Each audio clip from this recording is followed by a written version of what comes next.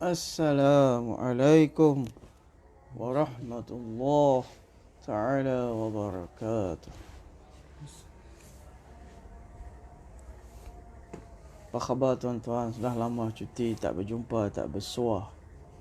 Malam ini kita teruskan pengajian ayat ke-10 surah Al-Kahfi. Dan malam ini adalah siri terakhir Fawaid Al-Kahfi. Kita habiskan 10 ayat saja. Kalau nak baca semua surah Al-Kahfi ni panjang jadinya. Jadi cukuplah malam ini 10 ayat supaya kita betul-betul jazam dengan makna 10 ayat ini. Dan semoga ianya menjadi tabiat kebiasaan kita membaca setiap hari Jumaat paling kurang 10 surah Kahfi. Assalamualaikum warahmatullahi ta'ala wabarakatuh. Yang dah masuk dan dengar suara jelas, cuba komen. Alhamdulillah jelas. Ini kita nak perhatikan sikit saja ayat yang ke-10.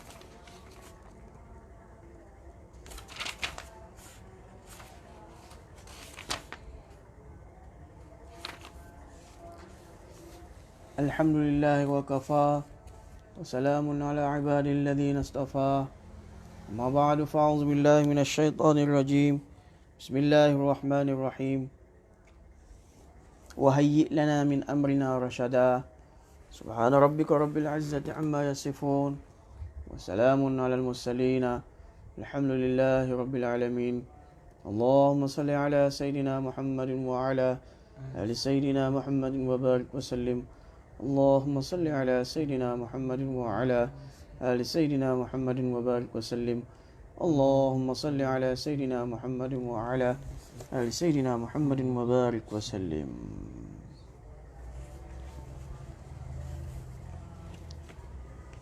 Dalam Al-Quranul Majid. Okey, sebelum kita masuk ayat yang ke-10, ada sedikit sambungan lagi daripada ayat yang ke-9.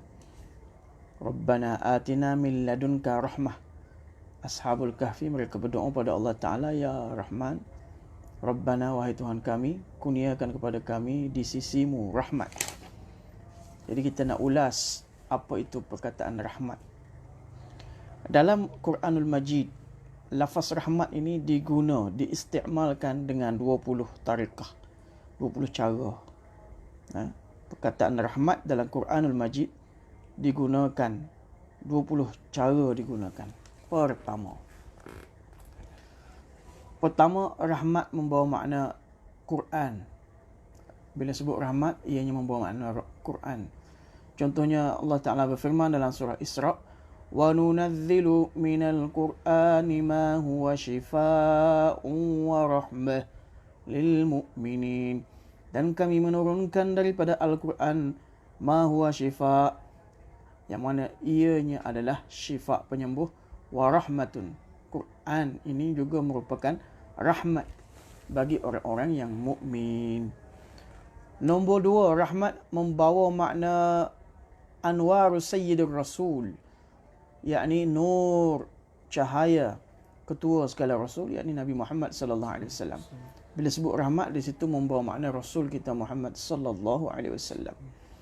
Allah Ta'ala berfirman dalam surah Al-Anbiya, wa ma arsalnaka illa rahmatan lil alamin. Wa ma arsalnaka, dan tidaklah kami mengutuskan engkau melainkan bertujuan sebagai rahmah lil alamin. Jadi rahmah ini maksudnya pengutusan baginda Nabi sallallahu alaihi wasallam. Nombor 3, rahmat membawa makna taufik, mendapat kebaikan dan ihsan daripada Allah Ta'ala. Rahmat membawa makna taufik, dapat membuat kebaikan dan ihsan. Yang mana dalam surah Ali Imran Allah Ta'ala berfirman, fabima rahmatin minallah, dan dengan rahmat yang Allah Ta'ala hantar kepada kamu. Jadi rahmat di sini membawa makna taufik untuk membuat kebaikan dan taufik ihsan daripada Allah Ta'ala. Nombor 4, rahmat membawa makna anbiya, nabi-nabi, rasul-rasul. Dalam surah Az-Zukhruf Allah Ta'ala berfirman, Ahum yaqsimuna rahmata rabbik. Adakah mereka membahagi-bahagikan rahmat Tuhan kamu? Jadi rahmat di situ yang membawa makna para anbiya. Nombor 5, rahmat membawa makna Islam wa iman. Islam dan iman. Allah Ta'ala berfirman dalam surah Baqarah, Wallahu yakhtassu bi rahmatihi man yasha. Dan Allah mengkhususkan dengan rahmatnya bagi orang yang dimaukannya, diinginkannya. Yakhtassu, Allah Ta'ala mengkhususkan rahmat. Rahmat di sini membawa makna Islam dan iman. Nombor 6, rahmat membawa makna irfan dan nikmat. Nikmat irfan, yakni nikmat ma'rifat. Irfan itu makna ma'rifat. Jadi rahmat membawa makna nikmat ma'rifat, pengenalan Allah Ta'ala. Allah Ta'ala berfirman dalam surah Hud, Wa atani rahmatan min indih. Wa atani rahmatan min indih. Dan dikurniakan kepada aku rahmah di sisinya. Rahmah di sini membawa makna nikmat ma'rifat Allah Ta'ala. Nombor 7, rahmat membawa makna hifazah daripada dosa-dosa. Terpelihara daripada dosa-dosa. Allah Ta'ala berfirman, Illa marrahima, melainkan mereka yang diberi rahmat. Mereka yang diberi rahmat di sini maknanya mereka yang dipelihara oleh Allah Ta'ala daripada segala dosa-dosa. Nombor 8, rahmat membawa makna rezeki kepada manusia dan haiwan. Juga disebut rahmat. Rahmat membawa makna rezeki-rezeki yang dikurniakan kepada manusia dan haiwan. Dalam ayat surah Al-Isra, Allah Ta'ala berfirman, Lau antum tamlikuna khazaina rahmati rabbi. Sekiranya kamu dapat menguasai, dapat memiliki khazanah daripada rahmat. Khazanah rahmat Tuhan kami. Jadi rahmat di sini bermakna rezeki. Kamu dapat memiliki khazanah rezeki Tuhanku. Rezeki kepada haiwan dan juga manusia. Nombor 9, rahmat juga membawa makna titisan hujan. Titisan hujan dalam surah Asy-Syura Allah Ta'ala berfirman, wa yanshuru rahmatah wa yanshuru rahmatah. Kami menghantarkan, mengutuskan atau melimpahkan rahmatnya. Yani rahmat di sini makna titisan hujan. Nombor 10, rahmat membawa makna afiah daripada imtihan, ujian dan bala. Afiah daripada makna terselamat, afiah daripada segala bentuk ujian dan musibah. Yang mana Allah Ta'ala berfirman,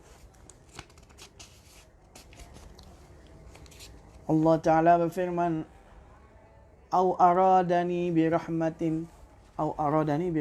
Jadi rahmat di sini membawa makna kejayaan daripada azab api neraka Allah Subhanahu Wa Ta'ala. Nombor 11, membawa makna nusrah, pertolongan Allah berkhilaf dengan orang-orang melampau. Yakni rahmat itu membawa makna nusrah Allah daripada menentang orang-orang yang melampau.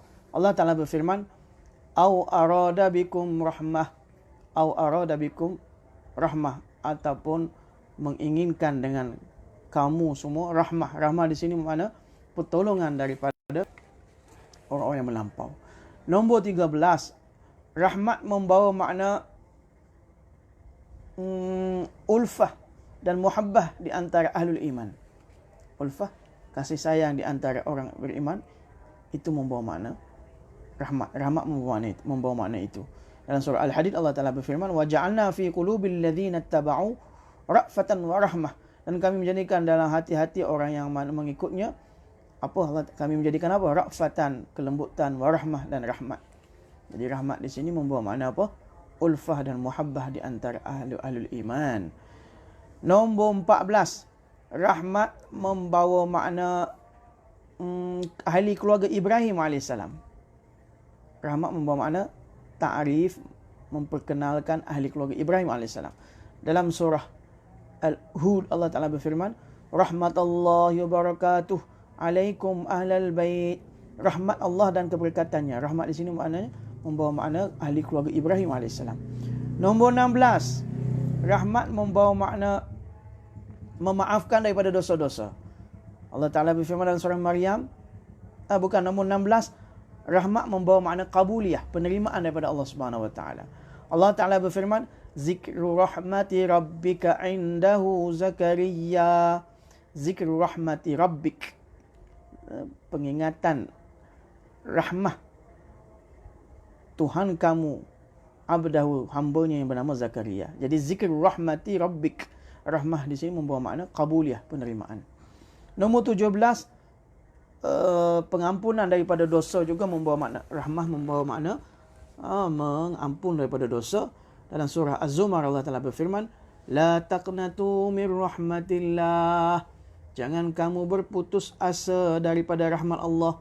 Yakni rahmat di sini Allah Ta'ala akan ampun sekiranya kamu berdosa pada Allah Ta'ala. Nombor 18, rahmat membawa makna pintu rahmat. Rahmat bawa makna pintu rahmat. Dalam surah Fatir Allah berfirman, ma yaftahillahu linnas, apa yang dibuka Allah, apa yang Allah membukanya untuk manusia, min rahmati, daripada rahmatnya, yakni dibuka pintu rahmat. Fala mumsikalah, tidak ada orang yang dapat menghalangnya. Bila Allah Ta'ala buka pintu hidayah bagi seseorang, tak ada siapa yang boleh menghalangnya. Walaupun seorang itu berada di tilam istana yang empuk, bila peluru hidayah dah kena pada dadanya, dia terpaksa turun ke tanah seperti orang biasa. Tidur di atas tikar mengkuang seperti biasa. Nombor 19, rahmat membawa makna rumah keamanan dan keselamatan. Dalam surah Al-A'raf Allah Ta'ala berfirman, inna rahmatallahi qaribun minal muhsinin, sungguhnya rahmat Allah dekat bagi orang-orang muhsinin. Jadi rahmat di sini membawa makna sesungguhnya rumah keselamatan dan keamanan adalah dekat bagi orang-orang yang muhsinin, orang-orang yang membuat kebaikan. Dan nombor 30, nombor 20, nombor yang terakhir, rahmat membawa makna sifat rahim dan rahman Allah Ta'ala. Allah Ta'ala berfirman dalam surah Al-An'am, kataba rabbukum ala nafsihi rahmah, telah tertulis, telah mentakdirkan Tuhan kamu ke atas diri kamu rahmah. Rahmah di sini maknanya sifat rahim dan rahman Allah Subhanahu Wa Ta'ala. Demikian cukuplah 20 makna rahmat yang diguna pakai di dalam Al-Quran. Satu hadis, tadi penjelasan tadi ada dalam kitab Basair Zawit Tamyiz. Al-Basair Zawit Tamyiz. Dalam hadis Nabi SAW, juga dalam kitab Basair Zawit Tamyiz, menyebut, Inna Allah Ta'ala khalaqal arwah qabla al-ajsad. Allah Ta'ala mencipta ruh-ruh ni sebelum jasad. Berapa tahun sebelum itu? Bi'arba'ati alafin sanah. Bi'arba'ati alafi sanah. 4,000 tahun sebelum diciptanya jasad ini, Allah Ta'ala dah cipta ruh. Wa qaddara al-arzaq qabla al-arwah bi'arba'ati alafi sanah. Dan Allah Ta'ala telah menentukan, mentakdirkan rezeki-rezeki sebelum Allah Ta'ala cipta ruh itu 4,000 tahun. Jadi sebelum Allah Ta'ala cipta jasad ni, Allah Ta'ala cipta rezeki berapa tahun sebelum tu? 8 dah lah. 4 campur 8. Sebelum jasad arwah, sebelum arwah rezeki 4,000, 8,000 tahun sebelum diciptanya jasad kita ni, rezeki kita Allah Ta'ala tetapkan. Kenapa kita perlu pening cari rezeki sangat-sangat? Kan? Cari rezeki ni tuan-tuan, kita berlakon-berlakon je, keluar pagi, keluar balik petang, keluar pagi, berlakon je. Rezeki dah Allah Ta'ala tetapkan dah tuan-tuan. Kan? Say banyak tu, say banyak ni, jangan nak bimbang. Allah Ta'ala dah tetapkan. Qaddar Allah di sini. Wa qaddaral arzaq. Dan Allah Ta'ala telah tentukan rezeki qablal arwah, sebelum Allah Ta'ala ciptakan ruh, bi'arbati ala, 4,000 tahun.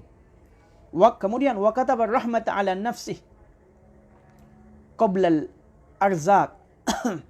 Kemudian wa kataba rahmah ala nafsi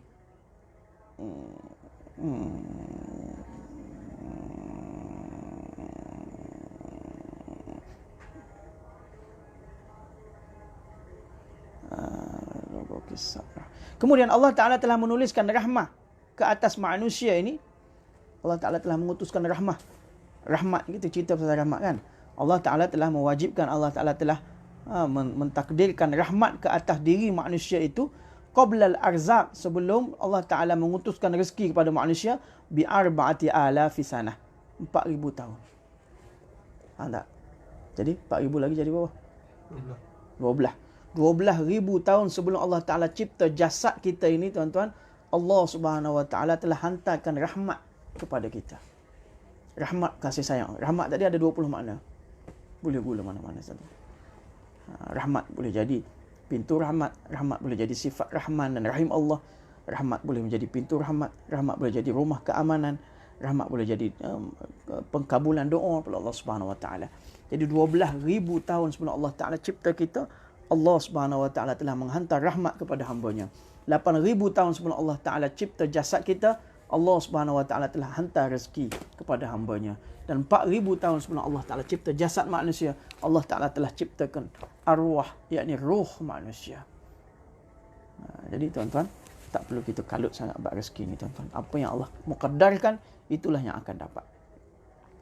Wahayyi lana min amrina rasyada. Inilah ungkapan terakhir dalam surah Al-Kahfi hari ini, tuan-tuan. Wahayyi lana, ya Allah. Doa ungkapan pertama apa? Rabbana atina min ladunka rahmah. Pemuda-pemuda Ashabul Kahfi mereka berdoa, Rabbana atina, wahai Tuhan kami, kurniakan kepada kami, min ladunka, di sisimu, rahmah kepada kami. Dan ungkapan yang kedua, wahayyi lana min amrina rasyada, dan sempurnakanlah kepada kami daripada segala urusan kami petunjuk yang lurus, petunjuk yang benar. Jadi mereka minta supaya Allah Ta'ala buka jalan yang lurus setiap daripada segala urusan kami.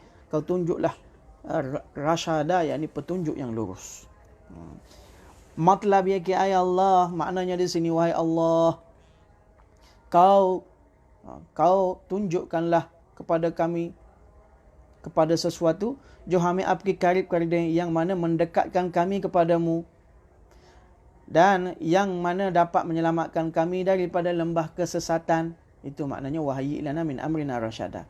Wahai Allah, kau bukalah jalan kepada kami. Ya Allah, kau guide. Masuk guide, kau bimbinglah. Bimbinglah kami terhadap sesuatu, yakni sesuatu yang boleh memperdekatkan, menghampirkan diri kami kepada kamu. Sesuatu yang boleh mengelak, mencegah kami daripada jatuh ke lembah kesesatan. Nabi SAW telah mengajar satu doa kepada Hazrat Hasin radhiyallahu ta'ala anhu. Hazrat Hasin radhiyallahu ta'ala anhu, Nabi telah ajar satu doa yang khusus, yang mana lafaz doa tersebut sangat bermanfaat. Tuan-tuan nak tak doa Hazrat Hasin radhiyallahu ta'ala anhu? Siapa yang nak, cuba komen, saya nak doa Hazrat Hasin. Hasa ya nun. Siapa nak, cuba komen, saya nak doa Hasin radhiyallahu ta'ala anhu, yang sangat ajib, sangat bermanfaat. Lafaznya yang berbunyi dalam Jami' Tirmizi. Siapa nak komen? Tak nak, kita skip saja. Din Baharudin cuba komen, saya nak. Siapa lagi nak? Saidi Salim nak. Alhamdulillah. Surul Forever, saya nak doa. Anak nak doa. Semoga Allah bagi istiqamah pada tuan-tuan doa. Doa Hazrat Hasin. Dalam Jami' Tirmizi, Nabi SAW telah ajar satu doa, Allahumma alhimni rushdi wa a'izni min syarri nafsi. Allahumma alhimni rushdi, ya Allah, kau ilhamkanlah kepada aku petunjukku. Ya Allah, kau ilhamkanlah padaku petunjukku. Makna minta Allah Ta'ala ilhamkan kepada kita jalan mana yang kita nak jalan ni, nak rintis jalan mana. Nak ambil vaksin ke tak nak ambil vaksin ni, baca doa ni. Allahumma alhimni rushdi. Allahumma alhimni rushdi. Ya Allah, ilhamkanlah kepada aku petunjukku. Wa a'izni min syarri nafsi, dan kau lindungilah daku daripada kejahatan diriku. Wa a'izni min syarri nafsi. Seorang boleh tulis bawah tu sepandai Arab. Allahumma alhimni rushdi. Ada orang nama Rushdi sini? Rushdi ada, Din? Rushdi Kelantan. Wa a'izni min syarri nafsi, dan lindungilah daku daripada kejahatan diriku. Allahumma alhimni rushdi wa a'izni min syarri nafsi. Jadi kita masukkan doa ini pada setiap doa-doa kita.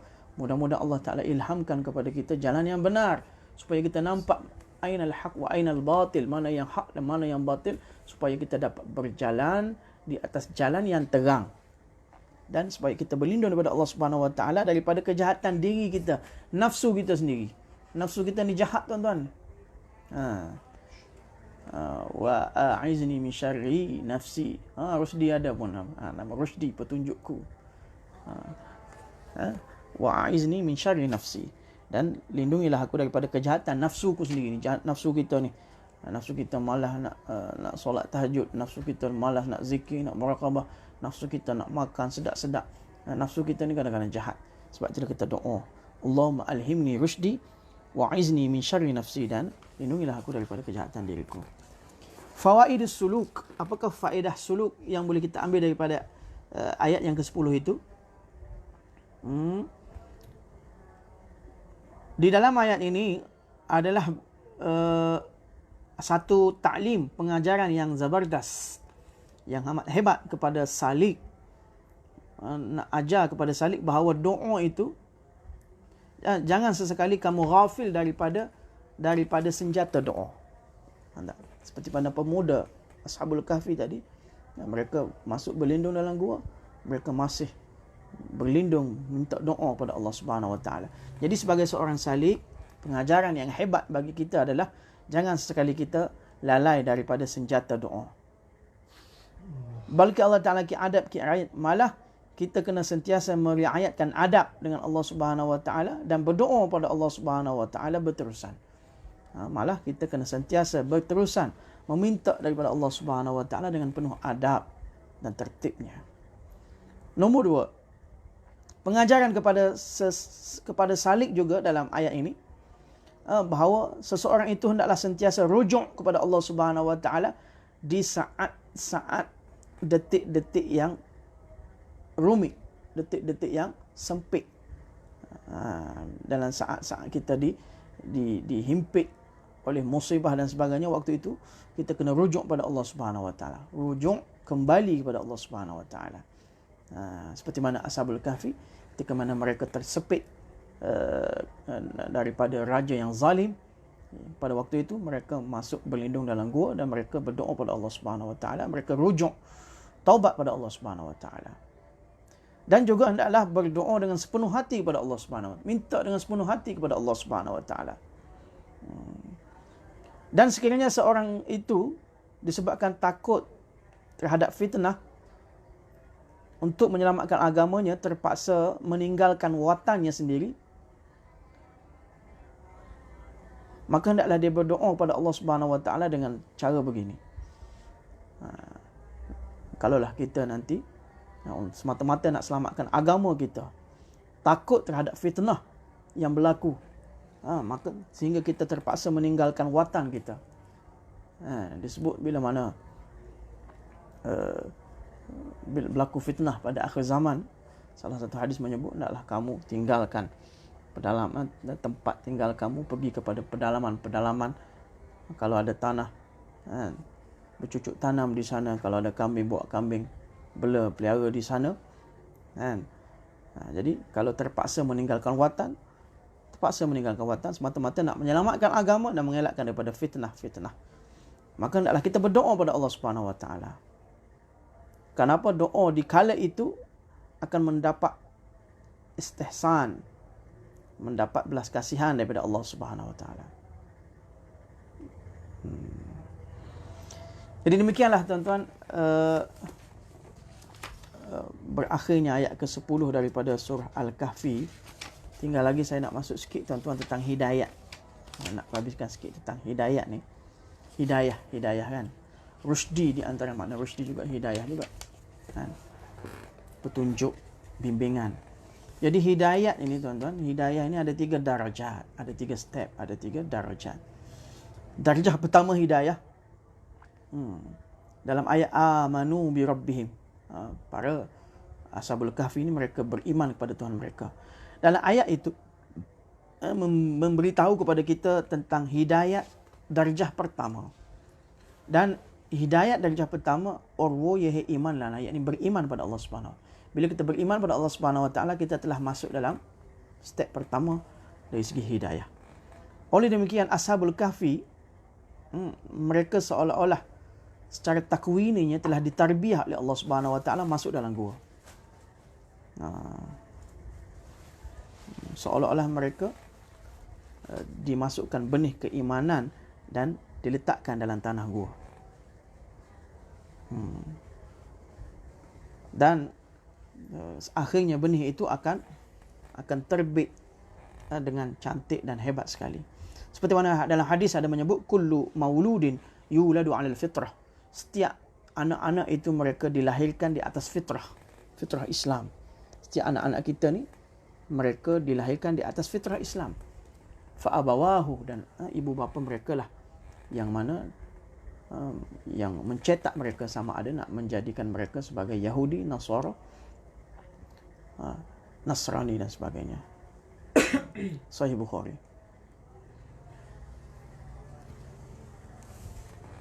Jadi hidayah kelas pertama, darjah pertama adalah beriman pada Allah Subhanahu Wa Taala. Kemudian hidayah darjah kedua, wazidnahum huda, daripada ayat Allah Taala, kemudian kami menambahkan hidayah. Maknanya di sini manusia setelah beriman pada Allah Subhanahu Wa Taala hendaklah dia istiqamah, sabit qadam, istiqamah di atas iman yang dia pegang tadi. Kena istiqamah. Dan hendaklah dia berjalan di atas jalan hidayah. Bila kita beriman pada Allah Subhanahu Wa Taala, seolah-olah kita duduk di atas landasan iman. Jadi hidayah kelas kedua, kita kena istiqamah di atas landasan tadi. Hendaklah kita berjalan, tak boleh duduk diam. Kena berjalan di atas landasan iman tersebut. Itu kelas ataupun darjah kedua. Jadi hendaklah kita istiqamah, sabit qadam dan berjalan di atas hidayah. Dalam Al-Quran, untuk menghasilkan hidayah ini ada 7 tarikah Qurani. Dalam Al-Quran ini, makna tarikah Quran ini nak bagi tahu, dalam Al-Quran ada menyebut 7 cara seorang itu dapat hidayah. Dapat hidayah ni ada 7 cara, tuan-tuan, dalam Al-Quran. Ada orang dapat hidayah kerana dapat ditashkil oleh jemaah tabligh, keluar jalan Allah, dapat hidayah. Ada orang dapat hidayah kerana menghadiri kelas-kelas agama di masjid surau. Ada orang dapat hidayah kerana baiat dengan mana-mana syekh. Dalam Al-Quran pula menyebut ada 7 tarikah Qurani untuk menghasilkan hidayah. Jangan kita anggap satu saja, ini saja jalan hidayah, tak boleh. Dalam Al-Quran ada sebut 7. Pertama, bila mana satu orang itu ittiba' hak, ittiba' perkara yang hak, maka itu menjadi perantaraan seorang itu akan dapat hidayah, petunjuk daripada Allah Subhanahu Wa Taala. Allah Taala berfirman dalam surah Al-Maidah, yahdi bihillahu man ittaba'a ridwanah. Allah Taala memberi petunjuk dengannya kepada orang yang mengikuti keredaan dan subulas salam dan jalan-jalan keselamatan. Jadi orang yang ittiba' hak, maka itu adalah perantaraan untuk mendapat hidayah. Itu pertama. Yang kedua, orang yang berpegang teguh dengan Allah, itu juga orang akan mendapat hidayah. Hidayah sini jangan kita faham hidayah kelas pertama tadi. Hidayah ni banyak peringkat dia. Kan? Bila kita dah beriman, hidayah lagi, Allah Ta'ala buka lagi jalan untuk mendekatkan diri pada Allah Subhanahu Wa Ta'ala. Sebab itulah istighfar Nabi ni, tuan-tuan, yang kata Nabi istighfar 70 kali sehari ni kan, bukan istighfar buat dosa. Istighfar bila Allah Ta'ala buka makam yang baru, maka Nabi melihatkan makam yang telah berlalu itu seolah-olah, Allah, aku buat apa ni? Seolah-olah aku buat dosa pada Allah Ta'ala. Itu maksud hidayah. Jadi bila Allah Ta'ala buka jalan hidayah yang makam yang baru, maka bila melihatkan makam yang lama, seolah-olah kita buat dosa pada Allah. Sebab tu Nabi istighfar, astaghfirullahalazim. Jadi orang yang dekat dengan Allah Subhanahu Wa Ta'ala, hidayah ni dia ada step dia. Jadi tuan-tuan dan Allah Subhanahu Wa Ta'ala, begitu juga bagi orang yang berpegang teguh dengan jalan Allah, seperti mana dalam surah Ali Imran Allah Ta'ala sebut, wa man ya'tasim billah, barang siapa yang berpegang teguh dengan Allah, faqad hudiya ila siratil mustaqim, sungguhnya dia diberi petunjuk ke arah jalan yang lurus. Nombor 3, hidayah akan dapat kepada seseorang dengan perantaraan iman. Allah Ta'ala sebut, wa innallaha lahadil ladzina amanu, sungguhnya Allah Ta'ala nescaya akan memberi petunjuk kepada orang yang beriman, ila siratil mustaqim, kepada jalan yang lurus. Nombor 4, dengan perantaraan taubat. Bila kita bertaubat kepada Allah Subhanahu Wa Ta'ala, Allah Ta'ala buka lagi jalan hidayah. Nombor 4. Dalam surah Taha Allah Ta'ala sebut, wa inni Wa inni laghaffarun liman taba wa amana wa amila salihah thumma ihtada. Sesungguhnya aku memberi pengampunan bagi orang yang bertaubat, yang kedua beriman, yang ketiga beramal soleh. Thumma ihtada. Kemudian baru Allah Ta'ala bagi petunjuk kepadanya. Jadi dengan bertaubat pada Allah Ta'ala juga perantaraan untuk mendapat hidayah dan petunjuk. Nombor 5, dengan mujahadah. Ini yang selalu kita dengar. Dengan mujahadah, dengan susah payah Allah Ta'ala bagi hidayah. Allah Ta'ala sebut dalam surah Al-Ankabut, وَالَّذِينَ جَاهَدُوا فِينَا. Tuan-tuan sambung. وَالَّذِينَ جَاهَدُوا فِينَا. Sambung. Siapa cepat sambung, Allah Ta'ala bagi jalan-jalan hidayah padanya. وَالَّذِينَ جَاهَدُوا فِينَا lanah. Tak ada orang sambung ni, macam mana nak dapat jalan hidayah? Allah Ta'ala kata, وَالَّذِينَ جَاهَدُوا فِينَا. Barang siapa yang bermujahadah fina di jalan kami, lanahdiyannahum, nescaya kami pasti kami akan buka subulana, jalan-jalan kami, jalan-jalan hidayah. Nombor 6, dengan perantaraan itaat kepada Allah dan Rasul. Makin kita taat pada Allah Rasul, makin kita akan dapat hidayah. Allah Ta'ala berfirman, Qul ati'ullah wa ati'ur Rasul, katakan taatlah pada Allah, taatlah pada Rasul. Fa in tawallau fa inna ma alaihi, sekiranya kamu berpaling daripada Rasul, fa inna ma alaihi, sungguhnya beban adalah ke atas Rasul. Ma humila, apa yang telah dipertanggungjawab ke atas Rasul. Wa alaikum ma humiltum, dan ke atas kamu beban apa yang dipertanggungjawabkan ke atas kamu. Wa in tuti'u tahtadu. Ini ayat dia, istilah dia. Wa in tuti'u, sekiranya kamu mentaati Rasul, tahtadu, kamu akan diberi petunjuk. Wa ma'ala rasul illa al-balaghul mubin. Jadi dengan kita ittiba' Rasul, dengan kita itaat Rasul juga, kita akan semakin mendapat petunjuk. Nombor 7, dengan perantaraan amalan yang soleh. Semakin kita buat amalan soleh, semakin kita diberi petunjuk oleh Allah Subhanahu wa taala. Allah Taala berfirman dalam surah Muhammad, "Walladzina qutilu fi sabilillah falan yudilla amalahum." Dan orang-orang yang dibunuh syahid di jalan Allah, falan yudilla amalahum. Nescaya Allah Subhanahu wa taala tidak akan mensesiakan amalan mereka. Yakni sayahdihim wa yuslihu balahum. Nescaya Allah Subhanahu wa taala akan memberi tunjuk kepada mereka. Wa yuslihu balahum, dan Allah Taala akan mengislahkan ahwal keadaan mereka. Jadi 7 tarikah Qur'ani untuk menghasilkan hidayah. Maknanya sekiranya kita dapat hidayah dan kita mahu diri kita dibuka lagi hidayah, hendaklah melalui 7 cara tadi. Tuan-tuan boleh flashback balik. Saya tak nak ulang dah, tuan-tuan tengok balik nanti live ni. Kemudian tuan-tuan ada 10. Ini saya nak habis malam ini. Kita nak doa khatam malam ni. Ada 10 tarikah Quran, asbab Quran ni yang menyebut seseorang itu akan termahrum daripada hidayah. Jadi 7, bila kita buat tu kita akan dapat hidayah. Kemudian ada 10 dalam Quran sebut ni, kalau kita buat perkara tu, kita akan termahrum, ternafi, tertidak daripada hidayah. Tuan-tuan nak dengar tak? Jadi jangan kita buat 10 perkara ni. Kalau tidak, kita akan termahrum daripada hidayah. Pertama, ittiba' syaitan. Jangan kita ittiba' follow syaitan. Atas dunia ni, public figure yang paling banyak follower adalah syaitan. Jadi jangan kita menjadi salah seorang follower syaitan. Allah Ta'ala sebut, fariqan hada wa fariqan haqqa alaihimud dhalalah. Di antara kamu ada satu puak yang mana diberi petunjuk, yang mana Allah Ta'ala menyampaikan mereka kepada hidayat. Wa fariqan haqqa alaihimud dhalalah, dan satu grup lagi yang mana Allah Subhanahu wa taala memerangkapkan mereka di dalam jalan kesesatan.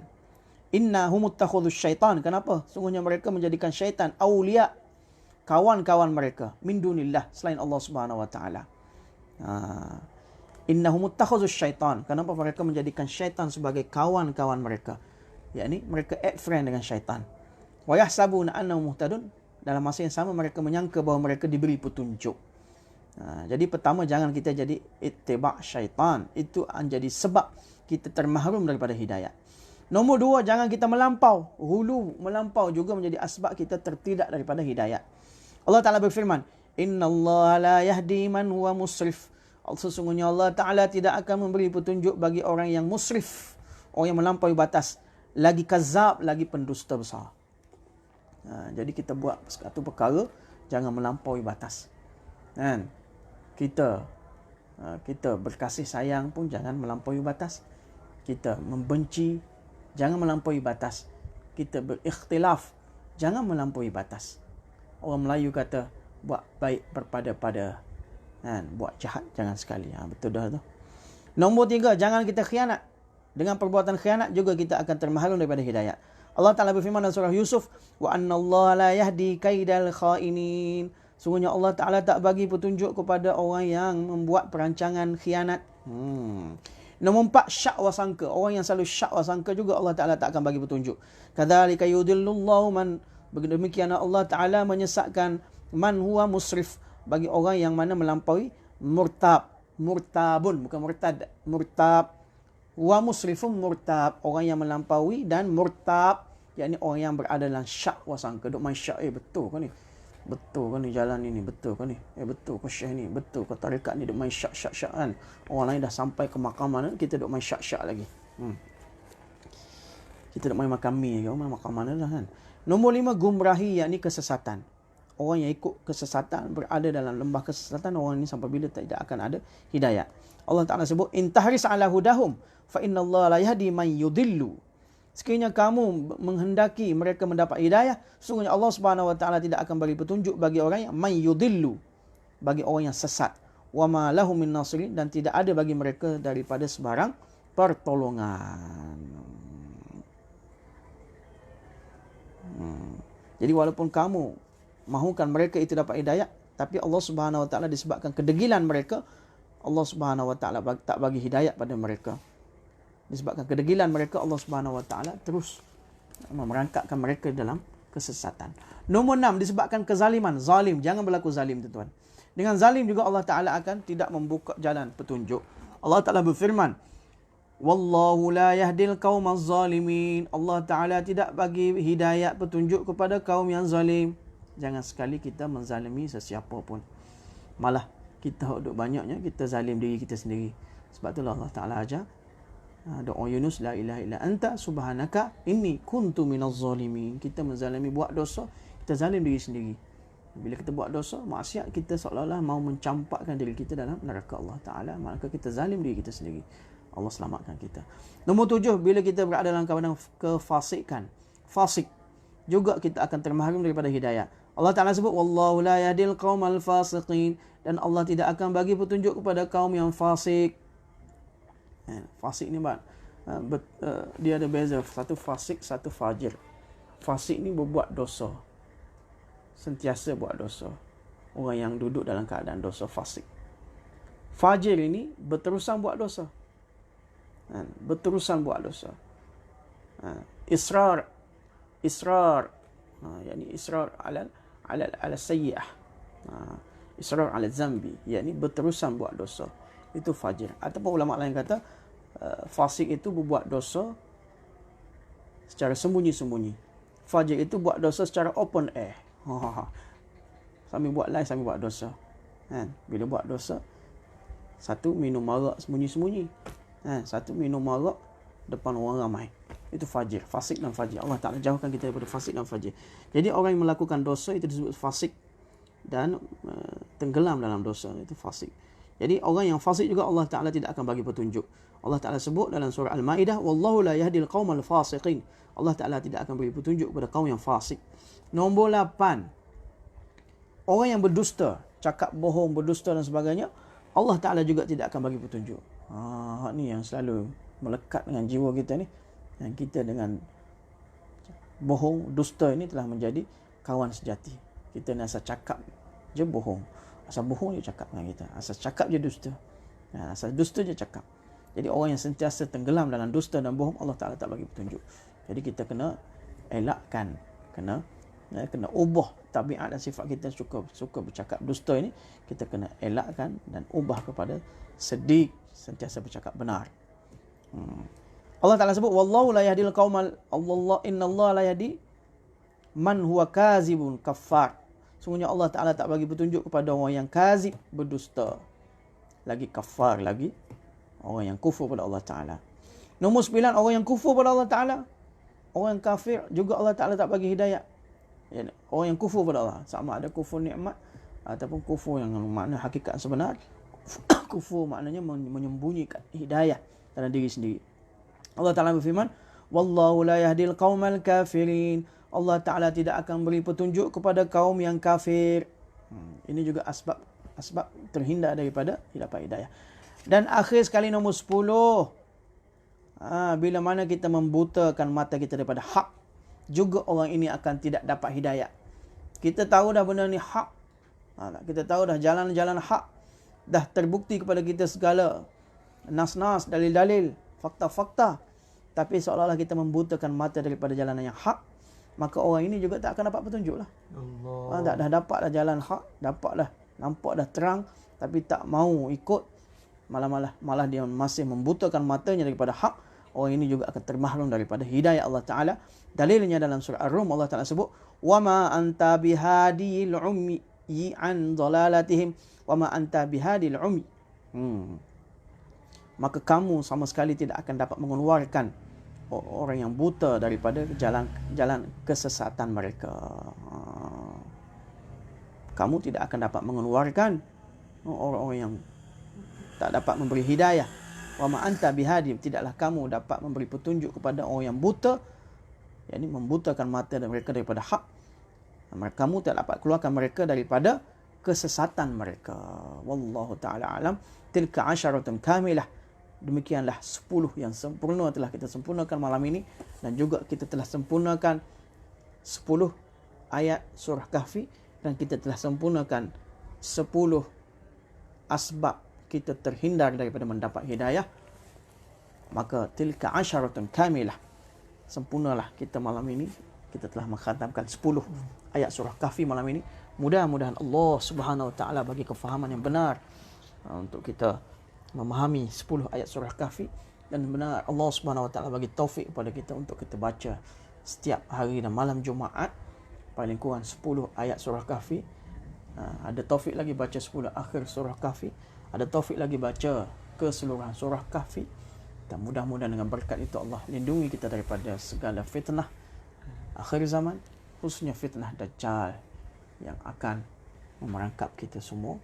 Jadi kita sediakan payung perisai kita dari segi membetulkan akidah kita, memantapkan akidah kita, menguatkan iman dan amal kita, dan mengetahui sedikit sebanyak tentang hadis-hadis fitan akhir zaman, dan kita menyiapkan payung dengan bacaan-bacaan doa yang diajar oleh Allah dan Rasul. Mudah-mudahan Allah selamatkan kita, keturunan kita, seluruh umat daripada fitnah yang sentiasa ditakut-takutkan oleh setiap nabi-nabi yang datang di atas dunia ini, iaitu fitnah Dajjal. Wallahu ta'ala alam wa ilmuhu atam. Kita doa khatam. Bismillahirrahmanirrahim. Allahumma lakal hamdu kama anta ahluh, fa salli ala sayyidina Muhammadin kama anta ahluh, wa fa'al bina ma anta ahluh, fa innaka anta ahlut taqwa wa al-maghfirah. Qul tastaghfiru rabbakum innahu kana ghaffara يرسل السماء عليكم مدرارا يمددكم بأموال وبنين ويجعل لكم جنات ويجعل لكم أنهارا لا إله إلا أنت سبحانك إنا كنا من الظالمين يا أول الأولين يا آخر الآخرين يا ذا القوة المتين يا راحم المساكين يا أرحم الراحمين يا أرحم الراحمين يا أرحم الراحمين اللهم مغفرتك أوسع من ذنوبنا ورحمتك أرجى عندنا من أعمالنا. اللهم يسر لنا أمورنا كلها. اللهم اغفر لنا ذنوبنا ولوالدينا رب ارحمهما كما ربيانا صغارا. اللهم أعنا على ذكرك وشكرك وحسن عبادتك. اللهم أعنا من عذاب اللهم إنا نعوذ بك من البرص والجنون والجزام من سيء الأسقام. يا رحمن يا رحيم Ya Zal Jalali wal Ikram, ampun dosa kami, bapa kami, adik-adik kami. Ya Allah, malam ini kami telah mengatakan 10 ayat daripada surah Kahfi, ya Allah. Ya Allah, seperti mana kata Nabi-Mu, ya Allah, mereka yang diberi taufik untuk baca surah Kahfi pada hari Jumaat, mereka akan terselamat daripada segala fitnah. Walaupun fitnah Dajjal yang turun pada minggu tersebut sampailah minggu depan, ya Allah. Ya Allah, bagilah taufik pada kami selepas ini, ya Allah, untuk kami baca surah Kahfi pada setiap hari Jumaat, ya Allah. Paling kurang 10 awal surah Kahfi, ya Allah. Ya Allah, Kau selamatkanlah kami, adik-adik kami, anak-anak kami daripada fitnah akhir zaman, khususnya fitnah Dajjal, ya Allah. Ya Rahman, Ya Rahim. Ya Allah, Kau perbaikilah kehidupan kami, ya Allah. Ya Allah, percantikkanlah amalan kami, ya Allah. Berilah kuatan kami untuk kami jaga segala ma'mulat dan amalan yang diberikan pada kami, ya Allah. Ya Allah, jauhilah ghaflah daripada kehidupan kami, ya Allah. Ya Allah, bersihkanlah hati kami, ya Allah. Berilah taufik untuk kami berjalan di atas jalan yang hak, ya Allah. Berilah taufik untuk kami berjalan jalan yang hidayah, ya Allah. Ya Allah, bagilah petunjuk dan hidayah pada kami, ya Allah, pada seluruh umat Nabi-Mu, ya Allah. Sekali Kau bagi hidayah pada kami, ya Allah, jangan Kau sesatkan kembali, ya Allah. Rabbana la tuzigh qulubana ba'da idh hadaitana wa hab lana min ladunka rahmatan innaka antal wahhab. Rabbana innaka jami'un nas liyawmin la rayba fihi innallaha la yukhliful mi'ad. Rabbana atina fid dunya hasanah fil akhirati hasanatan wa qina azaban nar. Rabbana taqabbal minna du'aana wa salatana وقيامنا إنك أنت العليم الحكيم. ربنا إنك سبحان ربك رب العزة عما يصفون وسلام على المرسلين والحمد لله رب العالمين. جزاكم الله خير الجزاء. السلام عليكم ورحمة الله وبركاته. InsyaAllah poin-poin yang tinggal boleh tengok balik, flashback balik dalam Facebook saya, insyaAllah. Jazakumullah. Untuk kitab seterusnya saya akan elan nanti dalam grup, dalam apa kitab yang kita akan baca dan hari apa yang kita akan baca. Mudah-mudahan Allah Ta'ala bagi taufik kepada tuan-tuan dan saya juga untuk memperdengarkan kitab-kitab ulama kita supaya kita dapat manfaat rohani dan jasmani, insyaAllah. Jazakumullah. Assalamualaikum warahmatullahi taala wabarakatuh.